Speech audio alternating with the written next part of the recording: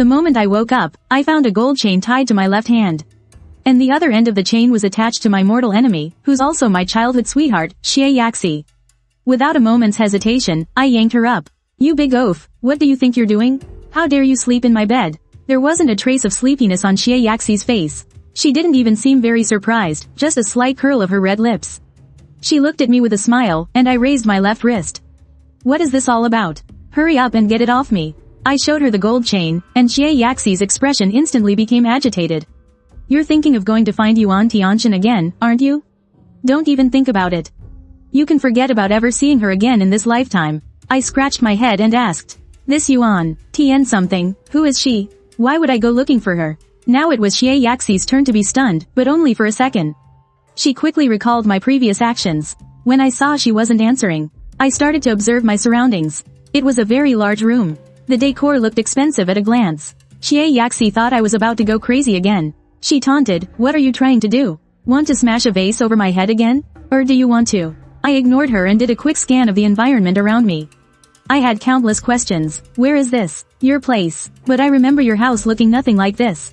And how did I end up here? Why am I chained to you? Why were we sleeping in the same bed? What did you do to me? This gold chain is an alloy, right? It can't be real gold, can it? You don't know where this is? This is the house you secretly bought behind my back. Hiding it from me, what's that supposed to mean? Suddenly, I saw something strange. A line of semi-transparent text appeared out of thin air. Here we go, here we go. The male lead is faking amnesia to trick his villainous wife again. I feel bad for my girl Qiao for a second. How long will he keep up the act this time? I bet it'll be less than a day. The second female lead has definitely seen through it. This is the third time he's pulled this stunt. The second female lead definitely won't fall for it again. By the way, is Yuan Tianin showing up today? If not, no complaints. What's so great about the female lead, anyway? Can't he just pay attention to our poor second female lead wife? Male lead, female led, villainous wife. I recognize every single one of those words. But putting them together sends a chill down my spine. The absurdity of it all. I've been transmigrated. No, that's not right. I'm me. The woman across from me is my childhood friend, Qiao, the one I've never gotten along with. You don't remember Yuan Tianin? Then what do you remember? I didn't answer her question. I'm married? You're my wife? How is that even possible? Chen, if you want a divorce. That's absolutely impossible. I will never let you get together with Yuan Tianin. Even if I die, you can forget about being with Yuan Tianin. I'm not even 20 yet. How could I possibly be married? The certificate must be fake. This marriage isn't legal. Model. How old are you this year? 19? Qiao's pupils trembled, and her heart skipped a beat. Then, she calmed down. Chen, I can't be bothered to waste time with you. Stop acting. How many times have you pretended to have amnesia? You might not be bored, but I'm sick of you wasting my time. Don't go looking for Yuan Tianin again. She doesn't love you. Amnesia? I don't have amnesia. I just finished the 800-meter race at the sports meet yesterday. And I won first place. I twisted my ankle when I was showing off to you. But as for what's happening now, I don't seem to have any memory of it. The more Qiao listened, the more her expression changed. Her eyes were locked firmly on me. Chen met Yuan Tianin not long after that incident. If he really has amnesia, then it would be normal for him to say he doesn't know Yuan Tianin. You're not 19 this year. You are 26. We've been married for 4 years. 4 years? A full 4 years? I don't believe you. But I'm obviously 19. And besides, how could I possibly marry you? You used to say that even if all the men in the world died, you still wouldn't like me. For today, I'll choose to believe you. But if I find out you're lying to me again, it won't be just a single chain I used to lock you up. I looked at the chain and asked Qiao curiously, is this chain gold or an alloy? Is this chain real gold or an alloy? For real? It is. However, it's 18-karat pure gold. Low hardness. So it's still an alloy, then. You got my hopes up for nothing. Qiao's voice softened a little. I'll buy you one. You've had a change of heart? It used to be so hard to get any allowance from you. You'd say that your money was your husband's. Now you're being so generous. You are my husband now. How could I have married you? Are you crazy or am I? You're not lying to me, are you? Qiao took the marriage certificate from the bedside table and threw it at me. It was real. It had an official seal and everything. I looked at the date on it. 22 years old. Name, gender. We got married the year we graduated. Date of birth. Morning light streamed through the huge floor-to-ceiling windows. Qiao was sitting in the dining room. Her gaze swept over me, almost imperceptibly. Wang Ma said politely, young master. Breakfast is ready. I stared at the breakfast on the table. My eyes lit up. Xie Yaxi observed me without a change in her expression. As I ate, I shouted towards the kitchen, Wang Ma, your cooking is amazing. Wang Ma peeked out from the kitchen. I'm glad you like it, young master. Eat more if you like it. I absolutely love it. As I spoke, I stuffed another pan-fried bun into my mouth. Chen, looking so happy like this. How long has it been since I've seen him like this? But what if this is all an act? In the span of a thought, that tenderness that was almost overflowing was instantly covered by a layer of frost. What if Chen is only doing this to lower my guard? Just so he can leave me again for Yuan Tianin? I will give Chen a chance. I will wait, observe, and then decide. This thought coiled around Xie Yaxi's heart like a venomous snake. She put down her coffee cup. If Chen wanted to lure me, that special golden cage in the basement has always been missing an occupant. I wouldn't mind letting Chen move in. I suddenly spoke up, Xie Yaxi. How come I don't remember your family being so rich? This villa can't be cheap, right? Did you earn it all? Just how much money have you made over the years? The old Chen never asked about my assets, nor did he care about anything I did. Chen only thought about Yuan Tianin. He only cared about Yuan Tianin. He just wanted to please Yuan Tianin. Xie Yaxi took a deep breath. Over 300 million. My current net worth is in the tens of billions. My eyes widened the moment I heard 300 million. When I heard she had tens of billions, my eyeballs nearly popped out of my head. She's just way too rich. I put down my chopsticks and looked at her seriously. You said we're a legally married couple, right? You want to split the marital assets. Hee, half of your net worth is mine. So that means I'm also. Take off your clothes. Right now? That's not very appropriate. Why don't we go back to our room? Anyway, Xie Yaxi and I are already married. So what if I take them off? It's not like I'm the one losing out. My smile was brilliant, without a trace of gloom. I couldn't help but facepalm. Could it be that he really has amnesia this time? Before, even when Chen was pretending, he couldn't hide his disgust for me. No, I still need to observe him a bit more. If we get a divorce, you'll have to leave with nothing. That really got to me. You're actually setting up defenses against me? Xie Yaxi, I never thought you were this kind of person. You've disappointed me so much. When we got married, you were the one who brought this up. I brought it up? Why? Am I a moron? To act all noble, you didn't even want the money. Because the Chen back then never really wanted to marry me. He had just had his heart completely broken by Yuan Tianin. So he reluctantly agreed to marry me. He was also the one who insisted on signing the prenuptial agreement. He repeatedly emphasized to me that we were just a fake couple. How did we get married? And who the heck is Yuan Tianin? I continued to press her. Just as I asked this question, my gaze fell upon those bullet comments again. Yuan Tianin is your wife. Excuse me, his wife is Xie Yaxi. The legal one, at that. Wifey Shishi and hubby Chen. Or a match made in heaven. I'll fight all of you who want the second female lead to get ahead. That cheating woman doesn't deserve to be the main female character. Once the male lead remembers, he'll definitely go back to the female lead side. You clowns, please don't break up the official couple, okay? From these bullet comments, I understood. It seemed that myself, Xie Yaxi, and that Yuan Tianin person were the love-obsessed male lead, the villainous second female lead, and the cheating female led from a novel. But what does this woman even look like? To make me willing to kill myself for her? Xie Yaxi hesitated for a long time. Before saying, Yuan Tianin was your first love. You lied to me constantly for her. All kinds of deception, all kinds of lies. Why would I sign a prenup? I'm such a huge idiot. Seeing me like this, Xie Yaxi said, Chen, did you just wake up with amnesia this morning? Now you're starting to mutter to yourself. Do I need to call the family doctor? I shook my head. No need, I'm fine. Xie Yaxi took in all of my strange behavior. This is too weird. Everything Chen has done today is so strange. Could he have secretly contacted Yuan Tianin? What did Yuan Tianin say to Chen this time? This amnesia, could this really be just an elaborate act to make me let my guard down? But then again, everything feels like it's gone back to how it was. Back to when Chen didn't love Yuan Tianin. Xie Yaxi's expression grew cold, the suspicion in her heart spreading like wild vines.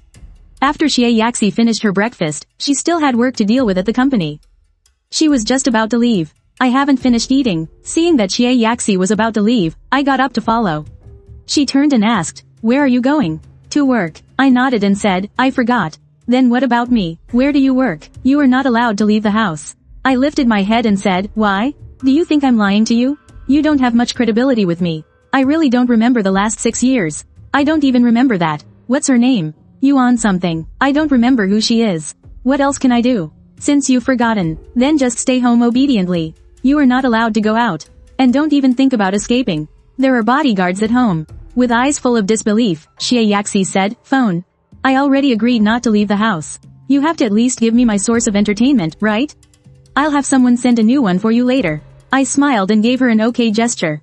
Just as Xie Yaxi stepped out the door, she ordered the bodyguards, watch him closely. The young master is not allowed to go anywhere, and he's especially not allowed to meet anyone. Especially Yuan Tianin. Understood. Tonight, there is a very important bidding conference between the Xie Corporation and the Yuan Corporation. Along with several other companies. Xie Yaxi's assistant was by her side, briefing her on the day's schedule. The assistant also knew what happened with me this morning. He couldn't help but worry. Every time the young master pulls one of these stunts. Although the Yuan family has more than one competitor, the Xie family is their strongest rival. The assistant also knew what happened with me this morning and couldn't help but feel a little worried. Once the Xie Corporation is taken care of, no one will be able to challenge the Yuan Corporation. Just say what's on your mind. Miss Xie, do you think the young master could be faking it? All to get you to lower your guard, and then pull a big stunt at the meeting? The young master has ruined many of the Xie Corporation's partnerships, but Miss Xie is extremely lenient with him. Even when it meant huge losses in profit and the company's shareholders voiced their dissent. She still refused to divorce him. The young master must be blind. He can't see what a good wife he has, and insists on chasing after a tramp. I feel it's just not fair to Xie Yaxi. $250. 007. $359. 007. If that really is the case. You should prepare a backup plan in advance. No matter what happens, we have to win this project. Don't let the young master's actions throw you off your game. Xie Yaxi has a point. Back at home, after I'd eaten my fill, I lay back down on the bed. I have to say, this bed is really big. The bedding is all silk, soft and smooth. The mattress is also super soft, and it's even a smart one that can be adjusted. I feel like I don't even need to go to the living room anymore. In the past, the Qiao and Xie families were considered well off. They could afford this furniture, but definitely not a villa this big. I still haven't figured out just how that girl, Xie Yaxi, got her revenge. How can someone be so petty? I watched as the live comments continued to scroll by. It's all just unimportant stuff and useless chatter. There's no real information, so I couldn't be bothered to watch anymore. I had just started scrolling through my phone, when a new message popped up. Hey Chen, today's project is extremely important. You have to help me stall Xie Yaxi. Once I defeat the Xie family, we'll get married. I was completely bewildered. Then I looked up at the live comments floating in the air. The female lead still has the nerve to try and fool the male lead? The male lead will definitely agree. He's so in love with her. Hard to say. The male lead has amnesia now. Who even remembers that she's the female lead? The male lead's amnesia isn't even confirmed. Maybe he's just faking it to fool the second female lead. This project today is really important. Whoever gets it will pull way ahead of the other person. Oh, for crying out loud. Please, male lead, don't mess things up again. Now I finally get it. The person who sent me that message is that scumbag woman. I rolled over in bed and went back to scrolling on my phone. Another 7 to 10 minutes went by. I still hadn't replied. Yuan Tianin finally realized something was wrong. She started using sweet talk to coax me into doing her dirty work. I was getting annoyed, so I blocked her. Yuan Tianin never expected that I would block her. How could I be blocked? Have I been ignoring him too much lately? Yuan Tianin immediately sent me a few more sweet nothings, basically saying that her relationships with other men were all fake. They were just business arrangements. The only one she truly loved was me. She was earning money so she could marry me, and that included this project. Also she could treat me better in the future. I replied directly, transfer me 5 million. Let's see if you're serious. Yuan Tianin's tone changed instantly. Hey Chen, you've changed. You were never this materialistic before. You used to be so simple and pure, so wonderful and kind, like freshly fallen snow. Is it because you've been spending too much time with Xie Yaxi? Has she influenced you? You need to stay away from her. I'm working hard for our future. Why can't you just help me and be a little more considerate? I frowned and started to doubt myself. I muttered to myself, could I really be into this kind of blindly confident girl? Did I travel through time, or do I just have amnesia? But either way, there's no way I'd fall for a girl like that. I couldn't be bothered to waste my breath on an idiot like her. So I blocked her phone number too, and went back to playing on my phone. On the way to the bid presentation, the Xie family's housekeeper, Nanny Wang, gave Xie Yaxi a call. Hello? Before Xie Yaxi even had a chance to speak and ask why she was calling, the woman said, Miss, the young master has been vomiting non-stop at home. He has a stomachache, too. The pain is so bad he's rolling around on the floor. What about the family doctor? I just called him. He'll be here any minute. The young master wanted to call an ambulance. But the bodyguards wouldn't let him. They said they need to get your permission first. Tell that bunch of idiots to call an ambulance, now. If anything happens to the young master, every single one of them can get lost. Dial 7120 immediately. Not daring to delay a second longer, Xie Yaxi hung up the phone.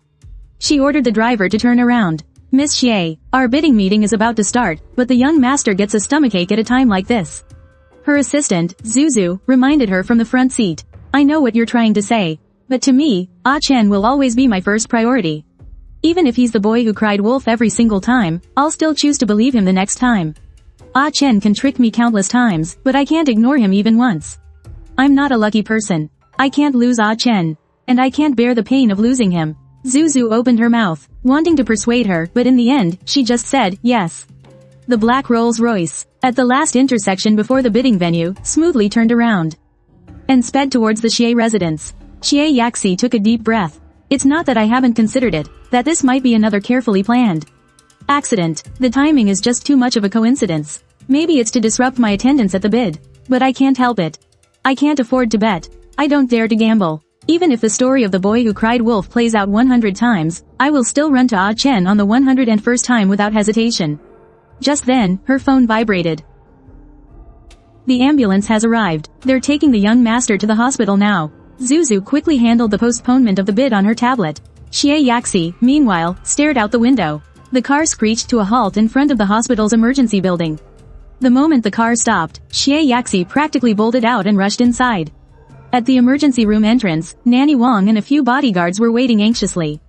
When Nanny Wang saw her, Miss Xie Yaxi's voice trembled noticeably. Where's the young master? He's inside. The doctor is examining him. Xie Yaxi walked to the door of the emergency room, peering through the small glass window on the door. She could only see shadows moving inside. She clenched her fists. Forcing herself to calm down. She turned to look at the bodyguards standing by with their hands held low. Who stopped you from calling an ambulance? Her voice wasn't loud, but it was as cold as ice. A tall bodyguard braced himself and took a step forward. Sir previously instructed that if the young master needs to use emergency contacts or call a car to go out, he needs to first. What I need from you is to guarantee his absolute safety. Not for him to endure the pain. Xie Yaxi interrupted him. Her eyes burned with suppressed fury. If anything happens to him, which one of you can take responsibility? The bodyguards were silent out of fear. They didn't dare to argue further. Just then, the emergency room door opened. A doctor walked out. Xie Yaxi immediately went up to him. Doctor, how is my husband? It's acute gastroenteritis. The patient is too thin. He usually doesn't eat much. This time, he ate too much all at once, which put too much strain on his stomach. It caused severe cramps and vomiting. We've already administered medication. The pain has subsided now. He's on an IV drip for observation. It's nothing serious, don't worry. My anxious heart finally settled, and what followed was a sense of exhausted relief. But more than that, it was relief. Xie Yaxi let out a long sigh. Thank you, doctor. Can I go in to see him now? You may. The patient needs to rest right now. Please keep quiet. Xie Yaxi nodded and gently pushed the door open, walking inside. In the hospital bed, I lay with my eyes closed, my face still somewhat pale. A needle was in the back of my hand, the transparent fluid dripping down slowly, one drop at a time. Hearing the footsteps, my eyelashes trembled. When I saw it was her, a very quick, complex emotion flashed through my eyes. It was like surprise, and yet something else entirely. It was quickly masked by a layer of weakness. Don't you have an important meeting? My voice was a little hoarse. An imperceptible glint flashed in Xie Yaxi's eyes. In a gentle voice, she asked, how did you know? The second female lead suspects the male lead. She probably called her away from the bidding meeting on purpose. The second female lead was prepared. Even if she didn't show up, the people working for her are no slouches. The male lead just has to cry and the second female lead comes running like a dog. I'm rooting for the second female lead.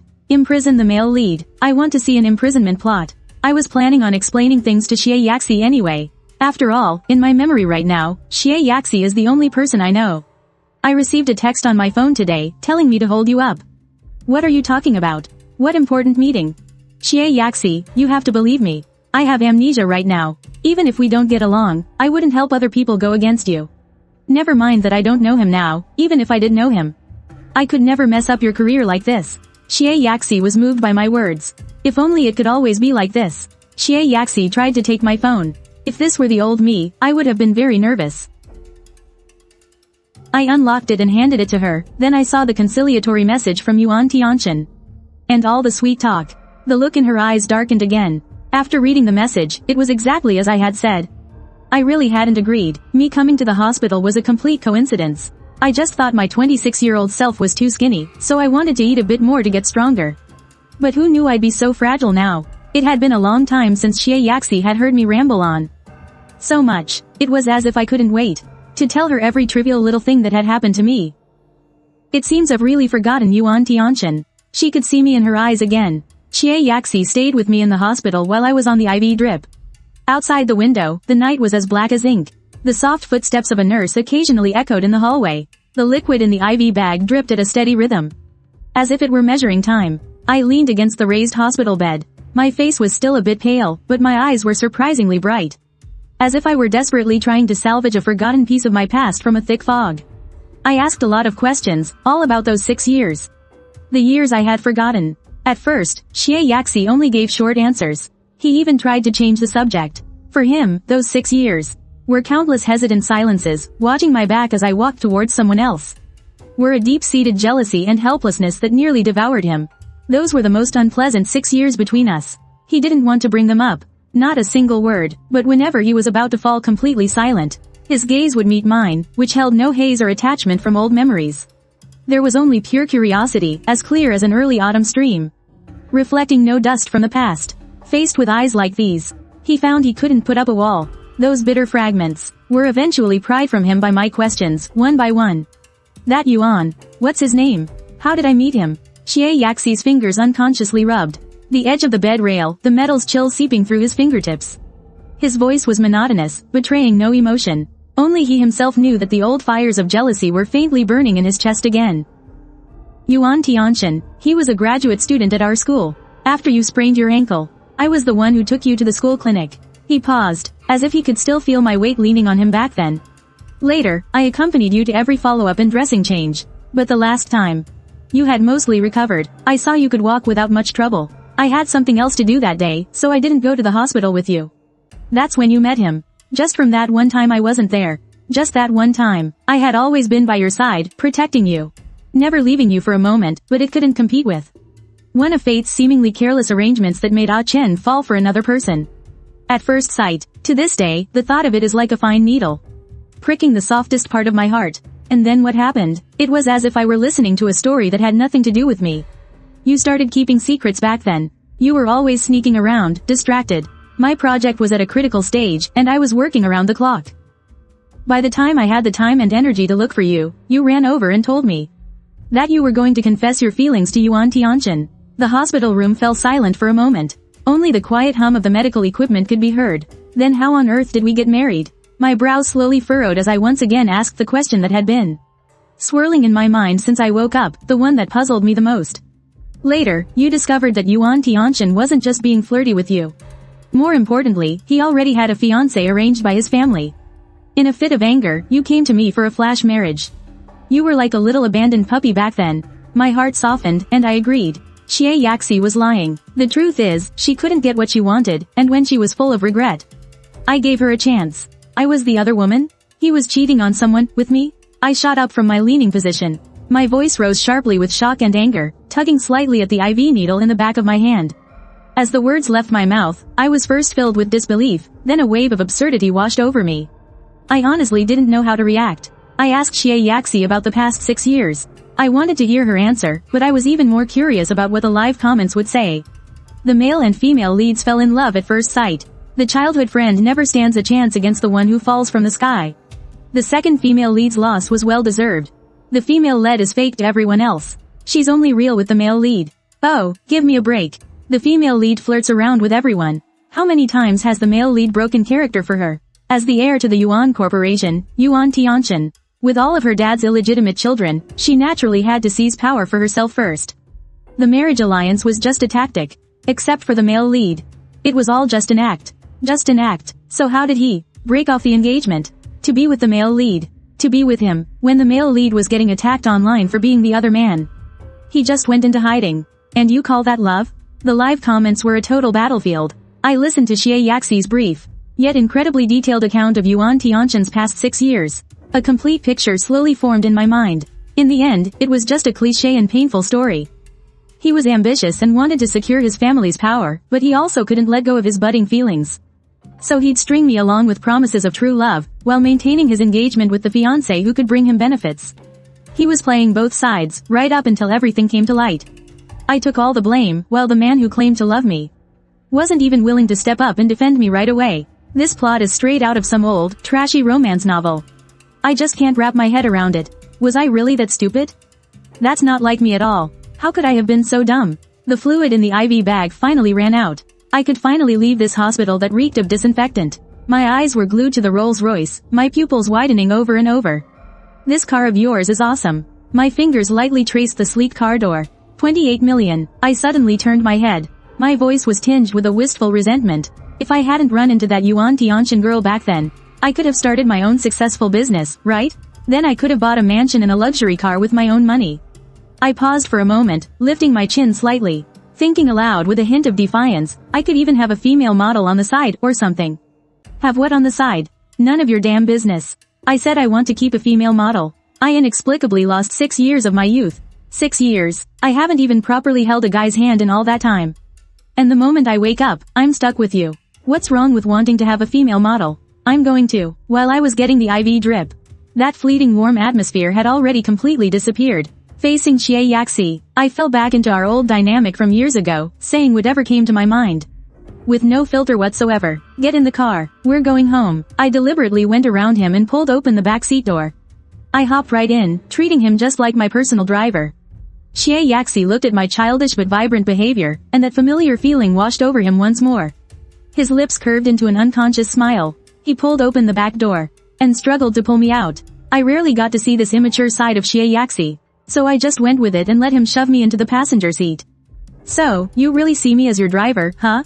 Getting to be this young master's chauffeur. You should be secretly pleased with yourself. Xie Yaxi didn't say anything more. The Rolls-Royce glided silently into the night, heading for the Xie residence. When we arrived at the house, I stubbornly stayed in the passenger seat. I let Xie Yaxi childishly pull at me, in front of the servants waiting at the door. When had they ever seen the young lady and the young master looking so intimate? In the past, they either gave each other the cold shoulder or had fierce arguments. But today, it was as if they'd completely changed. One was being playful. It seemed the young couple's relationship was finally showing signs of a breakthrough. Xie Yaxi linked her arm with mine as we walked through the hallway, and went straight into the master bedroom, gently pushing me down to sit on the bed. She, on the other hand, blushed. This unexpected gentleness stunned me for a moment. I blurted out, "You've changed a lot. Are you trying to say I'm old again? Don't forget we're the same age. You're even a week older than me. So are you indirectly calling me old now?" "No." Xie Yaxi turned towards the closet, a faint smile on her lips. "You go take a shower first. We're going to sleep together." My mind immediately went to a different place, thinking about what might happen after the shower. I asked warily, "That's right. I'll even put a chain on you, so you don't run off in the middle of the night. This is illegal imprisonment. I'm calling the police." "Go ahead, call them. We're a legally married couple. I'll just tell the police it's just some fun between a husband and wife." "What do you think, will they even care?" "Xie Yaxi, you hooligan." When I came out of the bathroom, I was only wearing my pajamas. For some reason, Xie Yaxi looked awkward for a moment, then she got up and slipped into the bathroom too. Just then, the screen of the phone left outside lit up. The results for the Xie Kang bidding project are out. We won. The Yuan family is out. After Xie Yaxi finished her shower, she quickly dried herself off and pushed open the bathroom door. But the bedroom was empty. I was nowhere to be seen. Xie Yaxi's breath hitched, as if she'd suddenly plunged into an icy cellar. Could it be that Chen lied to me again? That he's disappeared from my world once more? With a barely perceptible tremble, there was no response. An ominous premonition almost overwhelmed her. Chen. Someone, everyone, go find the young master. Right now, immediately. Just then, there was a soft click. The door to the guest room at the end of the hall was pulled open a crack. "Stop shouting." My face was full of annoyance at being disturbed, and my tone was very harsh. "What's with all the yelling so late at night? Are you going to let anyone sleep?" Seeing that I was still there, Xie Yaxi was finally relieved. Looking at her, so anxious she was nearly frantic, I suddenly felt a pang of guilt. Before I transmigrated, when I sprained my ankle, Xie Yaxi helped me to the school clinic. She kept nagging me the whole time, Chen, this is what you get for showing off. Now it serves you right. She kept nagging, you went and sprained your ankle. Go on, keep being smug. Be careful you don't break the other one too. Before he could finish, I deliberately swung my leg. He immediately shut his mouth. The 20-year-old Xie Yaxi was all talk. But if anything happened to me, he would always show up immediately. Even for the most meaningless little things. The 26-year-old Xie Yaxi is cold towards me. But he still cares. My mind is young now. And we're not the same age, so I speak without any filter.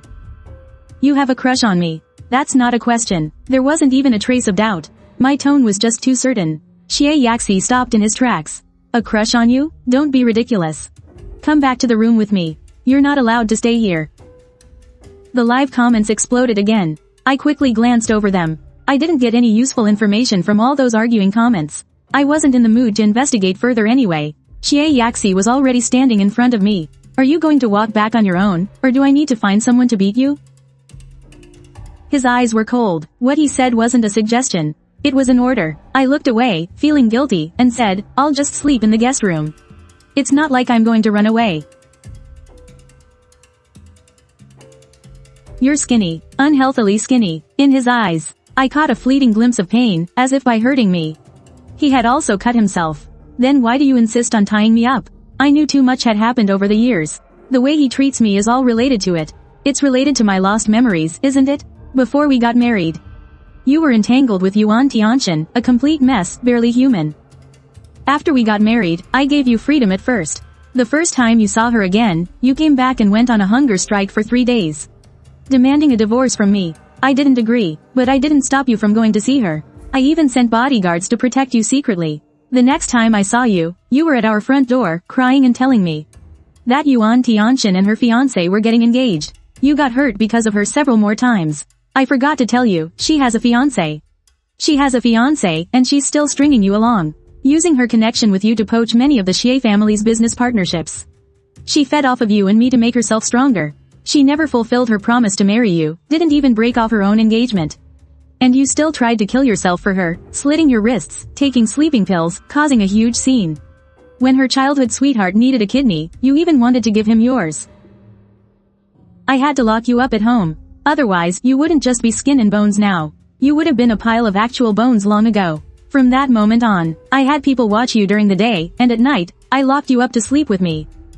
Don't you even think about running away. Was that me? Isn't that a complete idiot? Was that really me? The more I listened, the paler I grew, sinking into deep doubt. Is there something wrong with this novel author's worldview? I really can't sympathize with this character. But I'm not going to dwell on it. After all, I've forgotten everything anyway. I was just trying to defend myself. Besides, I've forgotten now, haven't I? To keep you from suddenly remembering and making a scene, you have to come back with me. Don't bother resisting. I'm not interested in you. I gave in, moved by the fact that she hadn't abandoned me all these years. Although Xie Yaxi has a sharp tongue, she's like family who has never left my side. Fine. It's not like I'm interested in myself either. Xie Yaxi took me back to the master bedroom and skillfully tied us together with a chain. She was true to her word, sleeping on the other side of the bed. I still can't sleep, Xie Yaxi. This bed is really comfortable. Xie Yaxi had had a long day. And after 2 scares, she ordered me to hurry up and sleep. The next morning, the faint clinking sounds were especially clear in the quiet room. Xie Yaxi was the first to move, her movements very gentle. But the clinking of the metal still pierced the edge of my consciousness. So noisy. I don't have class this morning. Can't you just let me get some proper sleep? Frowning, I subconsciously buried my face in my pillow. Get up and eat breakfast first. A woman's voice. You want to sleep. You can sleep after you've had breakfast. I kept my eyes closed. My foggy brain struggled to work. Where did a woman in the dorm come from? Then, fragments of memory suddenly pieced themselves together. I felt as if I'd been scalded. I shot upright. Your memory is surprisingly good. You even remember you have no class this morning. I didn't answer. I sat on the bed, falling into a deeper daze and contemplation. What happened 6 years ago felt like yesterday. But this woman in front of me was silently telling me that 6 years had indeed passed. Something's not right. Something is very wrong. Amnesia means you forget things. How could I remember distant events in perfect detail, yet only lose the long 6 years in between? A more bizarre, more sci-fi-like idea popped into my head uncontrollably. Ah, don't tell me I've time traveled? Go downstairs for breakfast. Don't eat too much today. Don't end up in the hospital from overeating like you did yesterday. I just grunted in response. I watched her slender figure leave as the door was gently closed. I suddenly fell backward and pulled the blanket over my head. I continued to struggle with that shocking theory in the darkness. Excuse me, I'm late. My whole body stiffened. I instantly ripped the blanket off, my sharp gaze scanning the empty room. Who's in the room? Hello, Chen. I'm not in the room. I'm in your head. Auditory hallucinations, a precursor to schizophrenia? I couldn't stay calm anymore. I threw off the covers and jumped out of bed. I ran out of the room barefoot, clutching my head as I rushed downstairs, hoping I could shake that eerie voice out of my head. Xie Yaxi, who was eating breakfast in the dining room, heard my terrified scream. She immediately dropped her utensils and rushed to the stairs, crashing right into me just as she got a few steps up. His gaze quickly swept over my pale face as I grabbed his arm like a lifeline. My voice was still trembling. I heard a strange voice. He said he's in my head. Xie Yaxi, is there really something wrong with me? Schizophrenia? Auditory hallucinations? What are you talking about? Where is your voice? Xie Yaxi just furrowed his brows slightly, looking at me in confusion. My outburst came to a screeching halt. Are you deaf? I'm worried about you, and you have the nerve to call me deaf? This accusation, however, reached his ears clearly. Xie Yaxi's expression turned cold. He looked as if he'd been wronged. I just said so much. And you didn't hear a single word. But when I say you're deaf, your hearing is suddenly sharp. I was both anxious and angry. My fear was temporarily overshadowed by my anger. You really didn't make any sound just now. Amnesia, auditory hallucinations, and now signs of aphasia. He didn't dare to delay. Come on, we're going to the hospital right now. Just then, that voice echoed in my head once again. It had a soothing tone. Host, don't be afraid. I'm not some weirdo, and you're not schizophrenic. I am System 0137. My struggling stopped. My chaotic thoughts were steered in a completely new direction by this sudden term. I repeated unconsciously, System? Host. System 0137's voice was calm and steady. My apologies. I was supposed to introduce myself yesterday. But headquarters called a meeting, so I'm only just now joining you. Also, you cannot directly mention my existence in front of others. Any related remarks will be automatically blocked. We can talk directly in the bathroom. That way, it's safe. And you won't be seen as mentally unstable by others. So that's why. It wasn't that Xie Yaxi was deaf, it's that my words were being blocked. It all clicked. The tension in my nerves miraculously eased. I even felt a spark of absurd curiosity. 0137. Sounds like the end of a phone number, I muttered in my mind. System 0137 was silent for a moment. Then, an emoji was projected directly into my consciousness. It has sticker packs too? I thought, my eyes widening in surprise. I almost shouted out loud. Chen. Xie Yaxi's call pulled me back to reality. He watched the rapid changes in my expression. And his anxiety reached its peak. Yesterday it was amnesia, now suspected aphasia plus auditory hallucinations. And now you're just staring blankly into space with a weird expression. With all these symptoms piling up, the situation doesn't look good. Are you okay? We have to go to the hospital now. I completely snapped out of it, seeing the unconcealed worry and determination in his eyes. I quickly waved my hands, trying to make my expression look normal. I'm fine. I was just a little grumpy from waking up. My head's still a little foggy. Let's have breakfast. I'm hungry. Xie Yaxi looked at me, half convinced. After breakfast, she called the family doctor before going to the office. While the family doctor was examining me, a middle-aged man cried. As he rushed in, "Young master, I'm begging you, please put in a good word for me with the young miss. Don't fire me. My mental age right now is only 20. I had never seen an elder kneel to me before, so I quickly reached out to help him up. Please get up first. We can talk about this slowly. Young master, I have to support my elderly parents, and my 2 sons are still in university. I really can't lose this job." The bodyguard promptly reported the situation at the villa to Xie Yaxi. I had just gotten a new number yesterday, yet Yuan Tianin somehow caught wind of it the very same day. There really is a mole in the house. While Yuan Tianin was keeping an eye on the company's public activities, she was also playing hot and cold with Chen, deliberately provoking him. Does she really think I, Xie Yaxi, am just for show? After I heard what the man had done, that little bit of sympathy I had for him completely disappeared. A man who betrays his master for personal gain, and plays for multiple sides, keeping him around is no different from planting a bomb.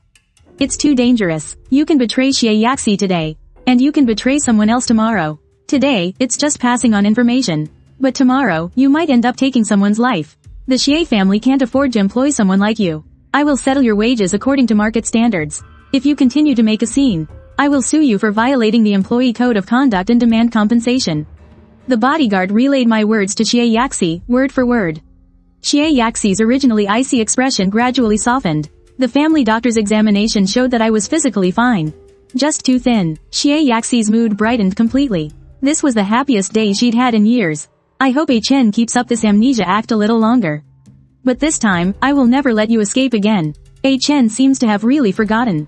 In that case, he should never remember. Stay by my side forever. Willingly stay by my side. I went back to my bedroom, lay down, and started talking to the system in my head. 0137, can we change that code name of yours? Anyone hearing that would think my takeout arrived. It can be done. What would you like me to be called? And stop with the formal, you. I feel like I'm still pretty young. Also, can you adjust your speech pattern? It's too cold, too robotic. Understood, both can be adjusted. How do you feel about a lively and friendly type? Sure, as long as you don't sound so much like a robot. Otherwise, I'll have no desire to talk. As for your name, first, tell me what functions you have. I'm from the male protagonist department. My main mission is to save the male protagonist. Simply put, I'm here to help you. What do I need to be saved from? Do you mean from Xie Yaxi locking me up, or from Yuan Tianin harming me? Host, there's something I have to tell you first. You need to be mentally prepared.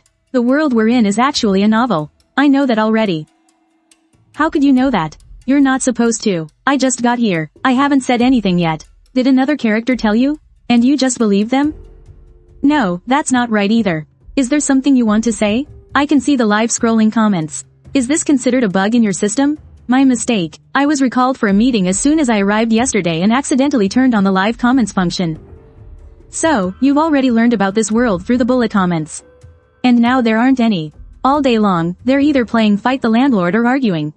There isn't much useful information. I only know that I'm a love-struck fool, the male lead, and Xie Yaxi is the second female lead and the villain. There's also a female lead who's addicted to cheating.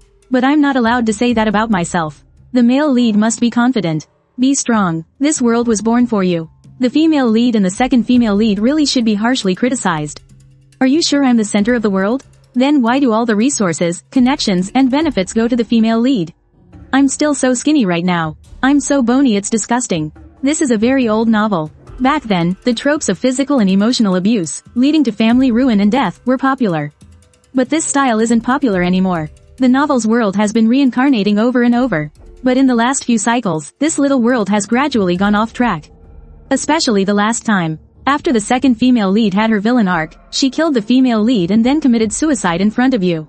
All the main characters died. The world reset. And in this reincarnation, the second female lead's course of action has become abnormal again. Wait, what did you say? I died? Aren't I the male lead? How did I die? Who is the center of this world? The female lead is the author's biological child, and the male lead was adopted, right? Why on earth do I have to die? Is it a must for me to die? Before I die, I have to take that gold digger, Yuan Tianin, down with me. Static System 0137 has detected a chaos alert. Host, you need to calm down. Our system is here to help you. To help you achieve a happy ending. If this is about correcting the original plot to give me a wonderful grand finale with Yuan Tianin, then I might as well go stab her to death right now. Who are you trying to disgust with an ending like that?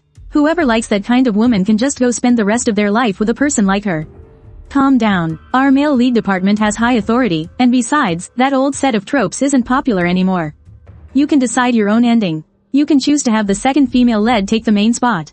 You can also take the no romance, powerful male lead route. Now that's more like it. I hope I can have a happy and fulfilling ending. How about I name you Yuan? Understood, host. Our goal is a happy and fulfilling life. It'll be a pleasure working with you. You still haven't told me what your functions are. How do you plan on helping me? That bullet comment function of yours is as much a help as it is a harassment. They argue every day, it's so annoying. My apologies, host. I will turn it off right now. If you want to see it in the future, you can turn it back on in the bathroom. You need to complete the main storyline to achieve your happiness. Every time your progress reaches a new stage, you can unlock a reward. The final grand prize is growing old together. If you don't have a partner, you can also reach the end of your life peacefully on your own. Growing old together counts as a grand prize? What if I'm unlucky, and the person I choose betrays me? What should I do then? You can replace them at any time. The new person you choose will inherit this grand prize. The male lead system will always put the male lead first. I'm more or less satisfied with that. I have another question. I was clearly still in college 2 days ago. How am I suddenly married for 4 years? Why is that? Well, about that. Let me try to explain. Hey, let me explain. When the story had just begun, I took you to the headquarters to connect to the old terminal. Of course, novel characters have no memory of the headquarters. I took too long upgrading the system. You and I were supposed to arrive 6 years ago. There was network lag in the sloth department. It delayed my upgrade in the box department for a day. In the small world, that's a year. I wanted to go back to at least when you had just gotten married. But instead of going back, we ended up in this even worse present.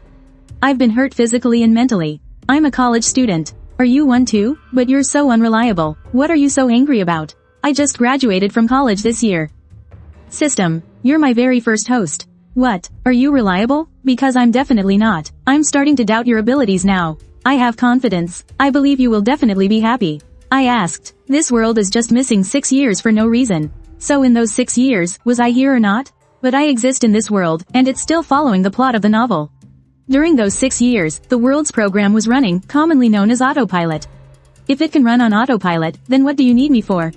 Logically, according to the novel's plot, I would have gone down this path anyway. Autopilot would also follow this program, so what's the difference between it and me? Besides, this is way too different from my actual personality and all that. It's not something I would ever do. The difference is, when the body on autopilot gets hurt, it feels no pain, has no emotions, and no thoughts. But you do. If I have my own thoughts, how could I do something so stupid? That wasn't me. It definitely wasn't me. Other people follow the script until the end, and then they're done for. You're different. The beginning and the end aren't controlled by the plot. You can live however you want. Only the middle part is the plot. The person being controlled wasn't me at all. They were just a puppet on a string, living according to someone else's script. It wasn't me doing whatever I wanted. The me in the plot and the real me are two completely different people. I can't understand his way of thinking or doing things, nor could I ever do them. Making me act foolish time and time again, once or twice would be one thing. But it's impossible to be that stupid every single time. It's normal for you to feel like the person in the script isn't you. The one tied down by the plot isn't the real you. The real you is the one who lives freely. No matter what, I will never admit those 6 years were me. It's just too idiotic. I'm not capable of doing something like that. Oh, right. What's your special ability? My ability is to rewind time 3 times. Send me back 6 years right now. We'll start the mission from 6 years ago. Time rewinds can only be for short periods. Alright, let's save this skill for later then. What are the stage rewards for the main quest? You said this is a main quest. Which means besides the main quest, there are also side quests, right? The reward is a blind box. I have no idea what you can get from it. Side quests are randomly assigned based on the characters you meet. You can choose whether to do them or not. Sounds pretty interesting. The Qiao family successfully secured the project, pocketing a deal that's guaranteed to be profitable. This means that among the many competing companies, the Qiao family will break through the pack. On the night Yuan Tianin learned of the result, she locked herself in the CEO's office on the top floor of the Yuan Corporation Tower. She was the only one left on the entire floor. The notification email with the bidding results was still coldly displayed on her computer screen. Every word was like a needle piercing her eyes. She slowly stood up and walked to the floor-to-ceiling window. She looked at the glittering night view of High Sea City, the commercial empire she thought she was about to take control of. At this moment, it seemed to be mocking her for her incompetence. She began to smash things frantically. After venting, she stood panting amidst the wreckage, her long hair disheveled. The bangs on her forehead were soaked with sweat. Her phone screen lit up. It showed an incoming call from her fiancé, Qiao. She didn't answer it. She just stared at the flashing name, her eyes cold and dark. 3 months ago, in order to win the government bid, Yuan Tianin signed a high-stakes agreement with Qiao. If the project succeeded, the Qi family would get a 15% stake. If it failed, she would have to repay the principal plus compound interest at a 20% annual rate within 3 years, using her own 8% of original shares as collateral. She had also made a do-or-die promise to her father, Yuan Fengtai. Although Yuan Fengtai was the de facto leader who had taken a backseat, he only recognized ability, not kinship. He already had many children, and even illegitimate ones on the outside. This time, Yuan Tianin had failed miserably. Her position was completely shaken. Yuan Tianin forced herself to get a grip. Trying to regroup, she contacted several small and medium-sized tech companies that had previously shown interest in collaborating, and started to push some stimulus projects. She hoped to win back her father's trust with short-term results. Around noon, a call came from Qiao's father, Xi Jinping, right on cue. After a round of chastising and pressuring, the call ended. The smile on Yuan Tianin's face vanished instantly, her expression turning terrifyingly cold. A few seconds later, the phone was slammed hard onto the new replacement desk. That old fox. How dare.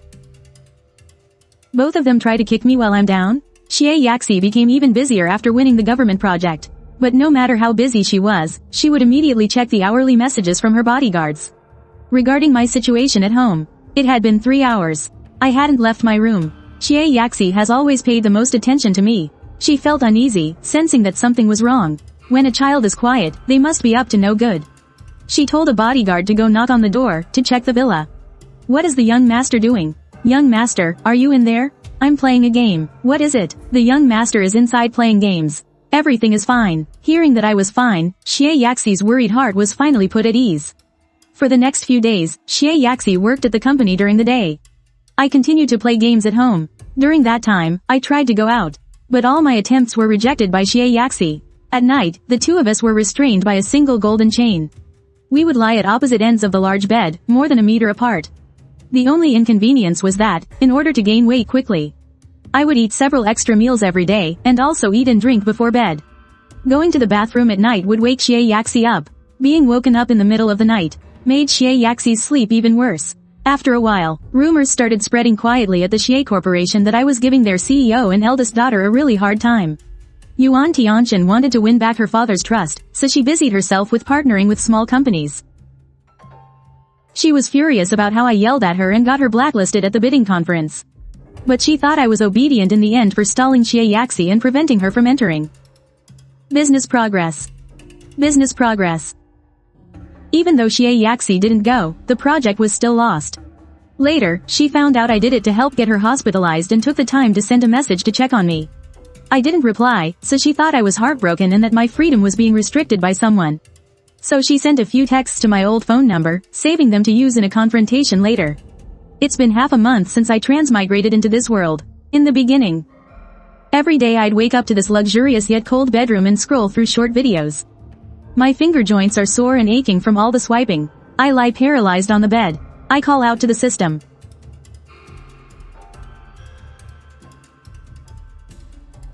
I'm about to get tenosynovitis. Host, why don't we sneak out of here? If we run away, won't that be just like the original plot? With Qiao keeping me confined? I try to escape, and then get hurt by Yuan Tianin. And then get dragged back by Qiao. My body is so weak. I might just die halfway through. You have a point. Then you should focus on getting your health back first. Your body is your greatest asset. You need to be in good physical condition for any mission. Oh, speaking of getting healthy. Host, if you can restore your body weight to a normal state, you will complete the first stage of the happiness goal mission. What did you say? Getting my body healthy is also completing a goal?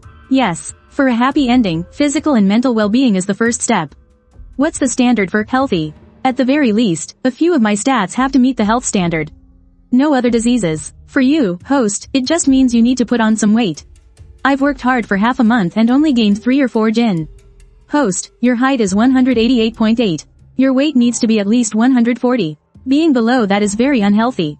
I looked at my own scrawny frame, nodded, and threw my phone down. Starting today, I guess I'll eat a little more. Wang Ma, starting today, make me some nourishing food that will help me put on weight. Basically, just make whatever is nourishing. Alright, young master, rest assured. I'll make sure you get built up nice and strong. But it seems my instructions were misinterpreted. At the dinner table, I looked at the feast and started to dig in with gusto. Qiao's gaze slowly swept across the table. Charcoal grilled oysters, a medium well steak, tender deep sea fish, bright green chives scrambled with eggs, and a 10 tonics nourishing soup. And next to it all was goji berry tea. This combination was a bit too on the nose. Miss, the young master specifically requested this in the afternoon. He said that starting today, he wanted some highly nourishing meals to replenish his energy and build up his body. The young master is very thoughtful. Qiao's lips twitched. She looked over at me. I was busy stuffing my face, slurping down an oyster from its shell in one hand, while forking beef into my mouth with the other. Qiao squeezed her eyes shut. She told Wang Ma to leave. In the dining room, the only sounds left were the soft clinking of cutlery and my strenuous chewing. Is it good? It's delicious. Wang Ma's cooking is amazing. The soup is especially savory. I let out a burp without a care in the world. Qiao looked at me, her gaze filled only with appreciation for the food. There was no other deeper meaning. She suddenly felt that her earlier assumption was a bit presumptuous. She picked up her chopsticks and with a natural expression began to eat. Come on, eat up. There's so much. If you don't eat, I'm going to finish it all. After saying that, I served myself another full bowl of soup, determined to see my weight gain plan through to the end. Watching me devour my food like a whirlwind, Xie Yaxi's eyelids started to twitch again. She feigned a casual reminder, you should eat a little less. Binge eating. Be careful not to upset your stomach like last time and end up in the hospital. I won't. I was gleefully calculating in my head how much weight I could gain from this one meal. Tuan Yuan was also monitoring my intake in real time. I was still far from the warning level. I knew what I was doing. I picked up another piece of chives. Seeing me eat so happily, Xie Yaxi also ended up eating a lot more. The night was deep. She lay on her bed, just over a meter away from me. Her body felt warmer than usual, and her thoughts began to drift. Lately, Chen's behavior is just like she's forgotten all these years. And everything that's happened, it doesn't seem like she's deliberately putting on an act. This kind of unfamiliarity and indifference, you can't fake it for this long. It's too real. Xie Yaxi's thoughts unconsciously drifted back to before she was 20 years old. Back to those youthful years, where feelings that had long been silent and withered were quietly revived when faced with the her who had lost her memories. That restless heart, once again became vivid and scorching hot. But how could I possibly guess the turmoil in her heart? I was originally resistant to sharing a room and sleeping in the same house as her. But after spending these past 2 weeks together, I've gradually become certain that Xie Yaxi simply doesn't want me to have any contact with Yuan Tianin. She's solely focused on keeping me safe. Other than that, when it comes to other things, she doesn't seem to have any ulterior motives. After a week of such hearty meals, because I was eating so much every day, I had clearly gained a lot of weight. My once slightly thin arms and legs were now covered in a layer of flesh. One morning, I quietly stepped on the scale and saw the needle stop steadily at 121 pounds. I couldn't help but smile as I looked at myself in the mirror from every angle. But as for Xie Yaxi, who was progressing right along with me, inside her body, it was as if a smoldering fire had been quietly lit. After all, her body wasn't weak to begin with, so this eventually became a subtle form of torment. She would often wake up suddenly in the middle of the night and could only, by the faint light, quietly gaze at me sleeping soundly beside her. I was completely unaware of this. The burning heat in her heart eventually turned into helplessness. Forget it, I should just take things slow. She couldn't bear to wake me from my deep sleep, nor did she want to force herself to take a cold shower. And she certainly couldn't explain it to me. Another night passed. The familiar heat washed over her, more intense than before. Beads of sweat formed on Xie Yaxi's forehead. She gently lifted the covers and used a key to unlock the chain on her wrist. I groggily rolled over towards the middle of the bed, my skin just barely brushing against her arm. She practically fled into the bathroom, wanting to wash away those strange thoughts. When I woke up in the morning, I had no idea what had happened the night before. I got up, went downstairs, and ate, just like any other day. Xie Yaxin looked at my healthy complexion, which was returning day by day. She was overjoyed, but Xie Yaxin was getting so bored at home. I want to go out. Besides, I think I need a job. I can't just lie around your house like a pig all day. Hearing me describe myself like that, Xie Yaxin couldn't help but laugh. Chen is still the same as always. When he gets serious, he's even hard on himself. I know you don't want me to go out, but I'm about to grow mold cooped up in here. I'm not the same Chao Chen who would live or die for a woman anymore. I'm the 20-year-old Chao Chen. I want to improve myself, work hard, and be positive. I want to be positive. I want a job. Any job will do. If I don't know how, I can learn. I don't want you to just keep me sheltered at home. I feel like a pet cat or dog, not a person. Host, you're amazing. This is the real you. Just as I thought, the you who was constrained by the plot wasn't the real you. Look at how the live comments are praising you. I am going to be the master of my own life. I don't have to be outstanding, but I must have the right to decide my own path. To do what I want to do. And right now, what I want is to get a job. To integrate into society and be independent. The Chen who's back to being himself. I haven't seen that in many years. Oh, yeah, you can be my assistant. You'll follow me around every day. There are no other options. Xie Yaxin was displeased. Pouting, she said, what kind of look is that? What's that expression on your face? What kind of attitude is that? Fine, I get it. I agree. Just the thought of being with you 24 hours a day is torture. Are you happy with that reason? I was just afraid you'd trick me. What if you use this job as an excuse to secretly go find that Yuan Tianin again? And in the end, you'll be all dramatic and suicidal again, and I'll be the one who has to save you. I just remembered what Tuan Yuan said before. About how in the previous cycle, she killed Yuan Tianin and then died with me. To be honest, I really don't think Xie Yaxin could like me. After all, our relationship is just so-so. Now, we can even get into a fight over something as simple as breakfast. In the first 20 years of our lives, this sort of thing happened all the time. We'd fight after just a couple of sentences, and then make up just as quickly. I really can't imagine why she would make a decision like that. Is Xie Yaxin crazy, just like Yuan Tianin? Do people have to die before she realizes her own feelings? And then she'll regret it. Oh, I get it now. Fine, I'll be your assistant. At that moment, a black sedan came to a smooth stop in front of the Xie Corporation's main gate. The employees coming and going couldn't help but slow their pace. The car door opened. The first one to step out was their notoriously cold and aloof CEO. Everyone's eyes were instantly captivated by me at her side. Xie Yaxin seemed completely oblivious to all the stares. She walked straight towards the CEO's private elevator, holding my hand, which was followed by an irrepressible eruption of whispers. A few of the bolder employees quickly pulled out their phones and started blowing up the Xie Corporation's frontline gossip group chat. What's going on, Assistant Zhu? CEO Xie brought a super handsome guy with her. Chen, the one who's always been a hysterical mess in our memories. Chen, who only has eyes for Yuan Tianin. Xie Yaxi is bringing him to the company? Ding! The CEO's private elevator doors opened again. Xie Yaxi walked out first, with me right behind her. The top floor employees instantly sat up straight. Come to my office. It was CEO Xie. Zuzu immediately composed herself. Then, she followed us. Master Xie, good morning. Is there anything I can help you with? Before Xie Yaxi could speak, I had already chimed in. With a kind of out-of-place excitement, could you please arrange a desk for me? I'm going to start working here today. Am I hearing things? Otherwise, how could I have heard the CEO's son-in-law, who only causes trouble for the company, actually say he's coming to work? This is simply a joke. She subconsciously looked at Xie Yaxi, seeking confirmation with her eyes. Xie Yaxi gave an almost imperceptible nod. In my office. At a desk. He'll start by handling some simple tasks. No way, I want to sit outside with everyone. Do as I say. Go now. My request wasn't approved, but that was to be expected. The Xie Yaxi right now is a complete dictator. If you dare use work as an excuse to sneak out, don't even think about stepping out of the house ever again. I had just walked out to meet dozens of pairs of eyes that hadn't retracted in time, all filled with gossip. Our gazes met in midair. The atmosphere instantly became delicate and awkward. But I, on the other hand, acted as if I'd found my people, a huge smile immediately spreading across my face. I took the initiative and walked forward, my voice clear and bright. Hello, everyone. Hello. From now on, we're colleagues. I'm new to the workplace, so I don't know anything. I'll be counting on all of you for your guidance. Of course, you're too kind. It was as if I was completely unaware of those probing, scrutinizing gazes. I quickly and naturally blended in with a few lines of small talk. The originally tense atmosphere also eased up quite a bit. Employee A couldn't hold back their curiosity, and cautiously probed, if you don't mind me asking, what is your relationship with CEO Xie?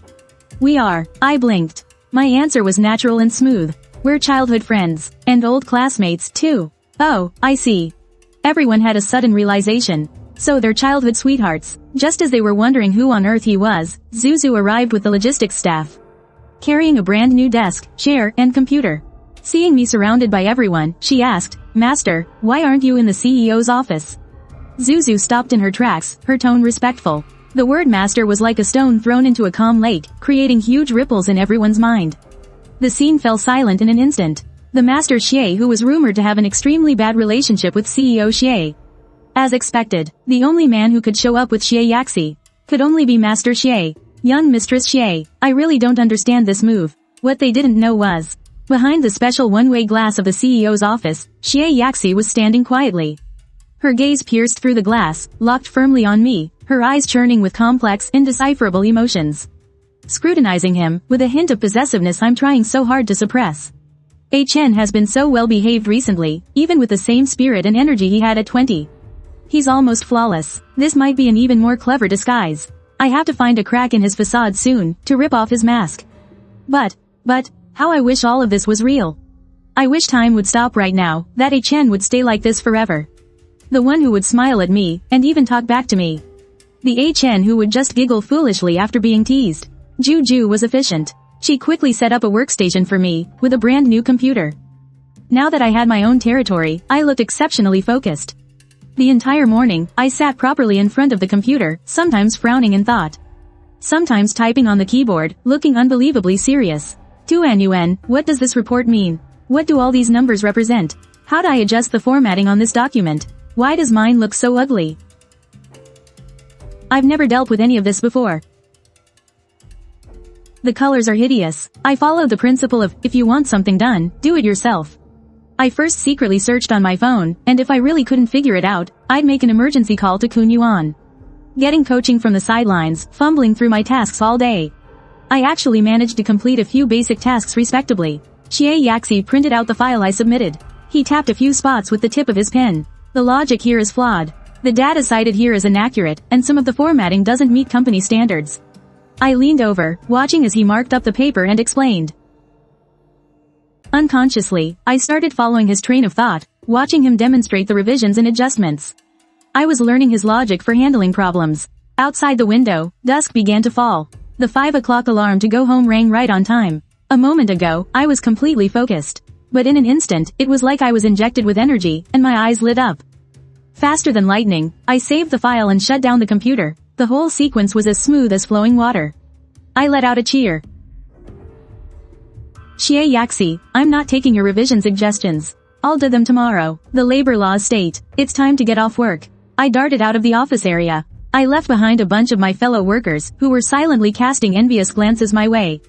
Who doesn't want to get off work on time? But my freedom was extremely short-lived. I'm sorry, young master. Mr. Xie specifically instructed that you cannot leave the company alone. Qiao, going home? Get back here. You can leave after the file is revised. It's after working hours now. This counts as overtime, so you have to pay me triple. As an employee, leaving earlier than the boss, at any other company, you would have been fired 7 times over. I clutched my phone and glanced back at the towering elevator. Dejectedly, I walked back in. The lights of the top floor elevator lit up for me again. Let's go home. I hate working overtime. I followed Qiao into the elevator. It was much quieter this time. By the time Qiao drove me back to the Xie residence, it was already late at night. Auntie Lu had already prepared dinner. A steaming hot meal of 6 dishes and a soup was laid out on the table. It had a comforting, home-cooked warmth. The two of us finished our meal in silence. I went straight back to the master bedroom to continue my killing spree in the canyon. Meanwhile, Qiao went into the study to handle work matters. Before long, his phone vibrated. Come out for a drink. I heard you took your husband to the office today. What's up? Not going. Nothing's up. Stop messing with me. You two managed to spend a whole day in peace? No fighting, no silent treatment. That's more unlikely than the sun rising from the west. Well, it's a good thing he lost his memory. Qiao was getting really annoyed. She replied curtly and then ignored her. An hour later, the doorbell rang. My mom opened the door. There was Yuan Tianin, standing at the door with a grin, changing into slippers like she owned the place. Miss Xie, I'm at your place. Yuan Tianin sent a message to Qiao upstairs. Where's your husband? You're really persistent. Qiao subconsciously glanced at the closed bedroom door. Coming all this way for a bit of gossip? Of course. It's a miracle you two didn't get into a fight. I had to see it with my own eyes. Yuan Tianin sat up straighter. Her eyes twinkling. Qiao said in a flat tone. We're not monkeys in a zoo. Are we really worth a special trip for you to come and see? Speaking of which, a Chen. Wasn't he head over heels for that Yuan Tianin? Why the sudden change of heart? Don't tell me you've been fooled again. The drama he caused over Yuan Tianin was the talk of the town back then. As Qiao's best friend, Yuan Tianin had spent countless nights drinking with her to drown her sorrows. So naturally, she was still wary. A faint trace of gentleness crossed Qiao's eyes. He has amnesia. He's pretended to have a headache and memory loss before, just to get you to go soft on him. This time, he's just upgraded his tactics. This time it's real. He doesn't even remember who Yuan Tianin is. What if his acting has just gotten better, Yaxi? Don't fall for it again. Before she could finish, a faint sound of a door opening came from the second floor. Both of them looked up at the same time. I walked out in my loungewear. I stood by the railing and looked down. My gaze was clear, tinged with a bit of unfamiliarity and curiosity. Yuan Tianin immediately stood up, putting on her trademark bright smile. Hey there, did our talking get too loud and bother you? I walked down the stairs and nodded at her. Polite, but distant. Hello. At the same time, I urgently called out to the system in my mind, Yuan. Who is this person? Yuan Tianin, the female lead's best friend from when she was starting her business. They're very close. She's pretty much the only one Qiao can be truly honest with. Realization dawned on me as I met Yuan Tianin's probing gaze. I just came down to get some water. Please, continue. I walked to the kitchen fridge and took out 2 bottles of mineral water. He actually smiled at me just now. And he even said hello. Didn't he always give me the cold shoulder before? It seems he really has lost his memory. A Chen's memory stops at age 20. He's forgotten everyone and everything before that. That's great news. An occasion this happy calls for a celebration. Let's go out for a couple of drinks. My treat. Qiao was stunned for a moment. Alright, let's go. Already reporting your plans, are we? Yaxi, are you falling for him again? Qiao ignored her. She walked to the master bedroom door and called out softly. My slightly muffled voice came from inside. Pushing the door open, she saw me sitting cross-legged on the sofa. My fingers were sliding quickly across the phone screen. The battle seemed to be intense. The light from the screen reflected on my face, outlining my focused profile. As if I was completely immersed in my own world. Ah Chen, I'm going out for a drink with Yuan Tianin. I might be back late. I didn't even look up. My eyes were still glued to the screen. Oh, go ahead. It's not like I've got you chained up. The moment the words left my mouth, Qiao's body stiffened almost imperceptibly. That sentence was like a fine needle, piercing accurately into the bottom of her heart. She wanted to say something, but all the words were stuck in her throat, eventually turning into a bitter silence. In the end, she said nothing. She just gave me a deep look, then gently closed the door. The lights in the bar were dim and hazy. The deep bass beat against their eardrums. Qiao didn't say a word, downing 2 glasses of strong liquor in a row. Slow down. What are you doing? What got you so worked up? As she raised the 3rd glass to her lips, Qiao tilted her head back and drank it all. Should I not be keeping him locked up like this? You're protecting him. Before, whenever you let him go, he'd run straight to Yuan Tianin. How much trouble did that cause? Weren't you always the one cleaning up his mess? Now that he has amnesia, the situation is unclear. You have to be extra careful. What if something happens again? He doesn't like being locked up by me. And he doesn't like me. Qiao stared at the amber liquid swirling in her glass. Isn't that obvious? But at least he's not causing trouble now, so things are finally a bit quieter. Just take it slow. You can't rush feelings. But Qiao seemed not to have heard, and poured herself another full glass. Yuan Tianin shook her head, knowing she was stuck being her drinking buddy for the night. Their stunning looks had already attracted a lot of attention. Before long, a tall, well-built man holding a wine glass walked over and sat down in the empty seat next to Qiao. Hey, beautiful ladies, isn't it boring drinking by yourselves? How about we have a drink together? Sorry. My friend is married. You can still make friends even if you're married, right? I can see this beautiful lady is in a bad mood. Let's talk. I'm married. The man's smile froze for a moment. He glanced meaningfully at her bare fingers, his tone becoming provocative. Seeing you're in a bad mood, did you have a fight with your husband? If you ask me, sometimes you have to let yourself relax a little. Who knows, maybe your husband is out having fun somewhere else right now, too. Besides, you've even taken off your wedding ring. Why be so serious? Life is short. Isn't it better to enjoy the moment? At that very moment, I was on voice chat with my gaming buddies, speechless at the couple on the opposing team. I was having a great time playing when, without any warning, I let out a loud sneeze. Who's thinking about me? I rubbed my nose, and muttered to myself. The temperature around Qiao suddenly dropped to freezing point. Get lost. The man was frozen by the chilling coldness in her eyes. Hurriedly fleeing in panic, Yuan Tianin breathed a sigh of relief. But when she turned around, she saw Qiao looking down, staring intently at her own right hand. The ring finger was bare. My marriage to Chen was fake from the very beginning. Chen didn't like me before he lost his memory, and he still doesn't like me now that he has. That realization burned through her core more than any strong liquor could. Qiao said no more, just drank one glass after another. Yuan Tianin's heart ached watching her, but she didn't know how to offer any comfort. In the end, seeing how incredibly drunk Qiao was getting, she had no choice but to call her own people to safely get this handful home first. It was late into the night when the driver helped Qiao out of the car. The night breeze blew past, seeming to sober her up for a moment. But her steps were still unsteady. She pushed away Yuan Tianin's hand as she tried to help. She stumbled into the house on her own, dragging herself up the stairs step by step. Yuan Tianin saw there was nothing left for her to do. So she went home, relieved. In front of the bedroom door, Qiao stopped, leaning her back against the cold wall. She straightened her dress a bit clumsily. After doing all that, she took a deep breath and gripped the cold doorknob. Babe, this kill is all yours. My excited voice could be faintly heard from inside. It slipped through the slightly ajar door, drilling into her ears with piercing clarity. Xie Yaxi's hand instantly froze on the doorknob, the blood in her veins feeling as if it had turned to ice. Then, in the next second, it all rushed violently to her head. The malicious speculations of that man in the bar now felt like the most vicious prophecy, fulfilled in the most ironic way at this very moment. So Chen never lost his memory. He's been lying to me all along. Using that innocent gaze that holds a shadow of his 20-year-old self, using all those seemingly gentle actions. He meticulously wove a giant lie. So this is what happens in the places I can't see. Chen is still maintaining such an intimate, seamless connection with Yuan Tianin. Babe, what an intimate pet name. Years ago, I called Chen that countless times in my dreams. Hoping that one day, Chen would call me that, too. Chen has never called me that. Not even once. Yet he calls another woman that. 1,000, 10,000 times. Xie Yaxi's jealousy fermented in the alcohol. The drunkenness that had started to fade now mixed with a monstrous rage.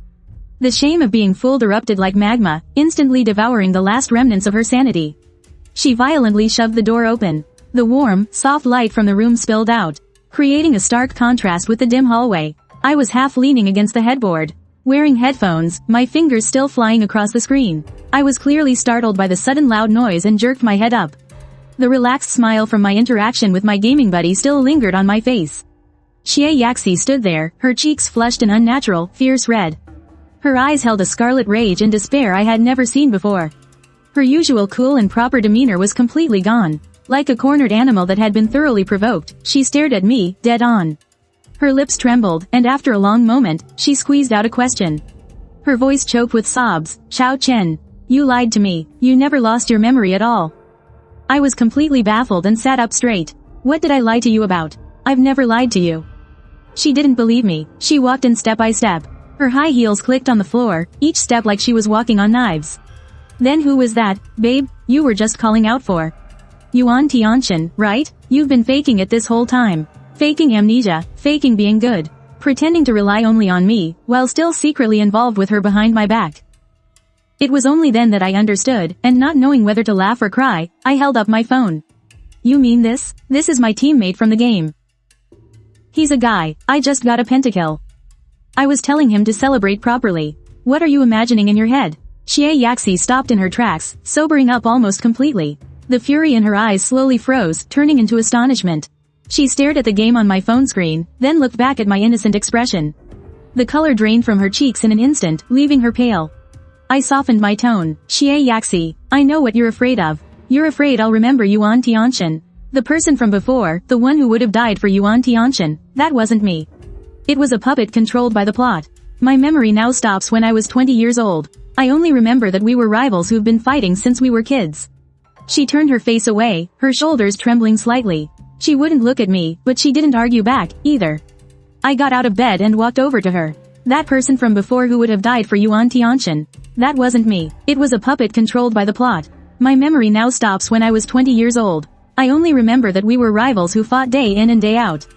I remember spraining my ankle after winning first place at the track meet. And it was you who helped me to the school clinic, scolding me the whole way, yet holding my arm so carefully, afraid you'd hurt me. I remember you always acted tough but had a soft heart. When I was short on allowance, you'd pretend to be reluctant, but then you'd turn around and stuff the money into my hand. I remember you said that you'd never like me, even if all the men in the world disappeared. Those were just words said in anger. I know that. I reached out and gently wiped the tears from her face, my movements clumsy. But I was earnest. This past half month, I've seen everything clearly. You talk about keeping me locked up with a golden chain. Afraid I'll run away, afraid I'll get hurt, but you've given me the best of everything. For my sake, you gave up on an important bid meeting, even when you knew I might be faking it. And you still rushed to my side every single time. Xie Yaxi, you're not a villain. You're the silliest person in the world, and the one who protects me the most. She looked up suddenly. Her tears fell onto the back of my hand, scalding hot. You really won't go looking for Yuan Tianin again? Why would I go looking for her? A woman who just strung me along, used me, and stepped on me and the Xie family to get ahead. A woman who couldn't even give me one sincere word? I'd have to be out of my mind to ever get involved with her again. That person from before wasn't me. Now, I am myself. I'm just going to stay away from toxic people. Host, you were amazing. The misunderstanding has been resolved. I ignored the system. I gently took Xie Yaxi's hand and led her to sit on the edge of the bed. For what happened in the past, I apologize to you on his behalf. He made you suffer for 6 years, made you spend every night unable to sleep peacefully. You clearly love me, yet you felt the only way to keep me was by imprisoning me. He was the one who wronged you, but I promise you. From this day on, Chen will never let Xie Yaxi shed another tear. Xie Yaxi threw himself into my arms, hugging my waist tightly. He buried his face in the crook of my neck, the anguish he'd suppressed for 76 years finally erupting. He cried like a child. I gently patted his back, my heart aching for him. Xie Yaxi's so-called imprisonment was never about control, but about salvation. If he hadn't stayed by my side, watching over the version of me that was controlled by the plot, I would have died long ago from repeated self-harm and despair. He used the clumsiest, most obsessive method to protect my life. Don't use chains to lock me up anymore. I won't run away. If you're afraid, I will. Just take me with you wherever you go. I'll follow you to work. And I'll never leave you for my entire life. He lifted his teary, red eyes and asked in a small voice, really? More real than pure gold. And what's more, I'm going to work hard to help you manage the Xie Corporation. I used to drag you down, but from now on, I'll be your strongest pillar of support. That night, for the first time, we didn't sleep a meter apart. I held him, and he rested in my arms. We slept soundly through the night, without any tossing and turning. Neither of us woke up startled in the middle of the night. The next morning, when Xie Yaxi woke up, he was still a little embarrassed, the tips of his ears bright red. I deliberately teased him, Xie, who was it that was crying their eyes out yesterday? He glared at me, but it lacked his usual coldness. Instead, it held a hint of affection. You are not allowed to mention it. After getting up, I immediately had the bodyguards remove all the gold chains from the house. From now on, I'll bind you with my heart. It's stronger than anything. 36, 50, 3, 50, 35, 50, 25, S0 in the days that followed. I completely immersed myself in my work. At first, I couldn't even understand the financial statements. But eventually I started learning about business from Xie Yaxi and handling company affairs. I improved rapidly. Xie Yaxi was incredibly patient whenever he taught me. And 2019, 930, 1355. 59 Xie Yaxi was incredibly patient whenever he taught me. 33, $30, 49. 530 Anti-I was also especially focused. 590, 1. S50. I was also especially focused, wanting only to help him share the pressure. So he wouldn't have to carry the weight of everything by himself anymore. As for Yuan Tianin, she ultimately paid the price for her own greed and selfishness. The government bid failed, and not only did she fail to secure the investment from the Qi family, she was also saddled with enormous debt. The Yuan Corporation's shares were mortgaged. Her father had always valued profit over family. And seeing that she had completely lost her power, he immediately stripped her of all authority within the company, promoting his other children to take her place. Yuan Tianin was abandoned by everyone. Her former glory completely vanished. In the end, she could only leave High City in disgrace, with no power to ever cause trouble again. When I heard this news, I just gave a faint smile. She had brought that ending upon herself, one step at a time. When Yuan Tianin visited the Xie residence again, I was peeling an orange for her. He leaned on my shoulder reading a document, looking so peaceful and serene. I was so shocked I almost spat out my tea. My God, Chen, you've really changed completely. You used to only have eyes for Yuan Tianin. Now, you only have eyes for our Yaqin. Not bad at all. Looks like you've finally come to your senses. Xie Yaqin gently pushed Yuan Tianin, but there was a smile on her lips. Don't be ridiculous. I took Xie Yaqin's hand. I said seriously, I was the one who was blind before. Now I see clearly who is truly worth cherishing. Host, the first stage mission is complete. Your health indicators are now up to standard. The second stage mission, protecting Xie Yaqin, has begun. A reward blind box has been issued. You've received the couple's harmony buff. From now on, you will understand each other's hearts, and there will be no more misunderstandings. Haha, the days passed one by one. My weight slowly returned to normal. I was no longer the scrawny, bony person I used to be. I was full of energy and in high spirits. My relationship with Xie Yaqin grew deeper and deeper. We went from being childhood rivals to becoming indispensable partners in each other's lives. Under our joint management, the Xie Corporation grew better and better, constantly expanding its reach. It became the leading enterprise in Heishi. The shareholders who once doubted Xie Yaqin now sing my praises. One weekend, I took Xie Yaqin back to our old university campus. As we walked on the familiar campus paths, watching the students come and go, it felt like we were back to that year when we were 20. I stopped in my tracks. I looked at Xie Yaqin seriously and got down on one knee. I took a diamond ring out of my pocket. I bought this with the very first money I ever earned. Xie Yaqin, back when you were 20. I sprained my ankle, and you helped me walk down this path. This year, at 26, I want to hold your hand. For the rest of our lives. Our previous marriage was out of spite. A redemption, an accident. Now, I want to marry you. Because I love you, will you marry me? Xie Yaqin's eyes welled up with tears as she nodded vigorously. Her voice choked with emotion, I do. I slipped the diamond ring onto her finger, then stood up and pulled her into an embrace. From now on, there are no more rivals, only me and my wife. Together for a lifetime, never to part, until we grow old. Host, the final mission is complete. The grand prize, growing old together, has been activated. Wishing you and Xie Yaqin a lifetime of happiness, peace, and prosperity. Holding the person in my arms, my heart was filled with contentment. I once thought I was just a puppet trapped in a novel. My fate already written, destined only for a tragic end. But now I know that as long as I stay true to my heart and cherish what's real, I can break free from all restraints and live the life I've always wanted. Xie Yaqin, with her 6 years of stubborn devotion and protection. When the real me returns, I'll use the tenderness and companionship of my remaining life to repay her for all her suffering and waiting. In the dead of night, I watched Xie Yaqin sleeping soundly beside me and gently kiss her forehead. To have been able to marry you in this lifetime is my, Qiao Chen's, greatest fortune. For the rest of my life. Through wind and snow, it will be you. Through peaceful days, it will be you. In poverty,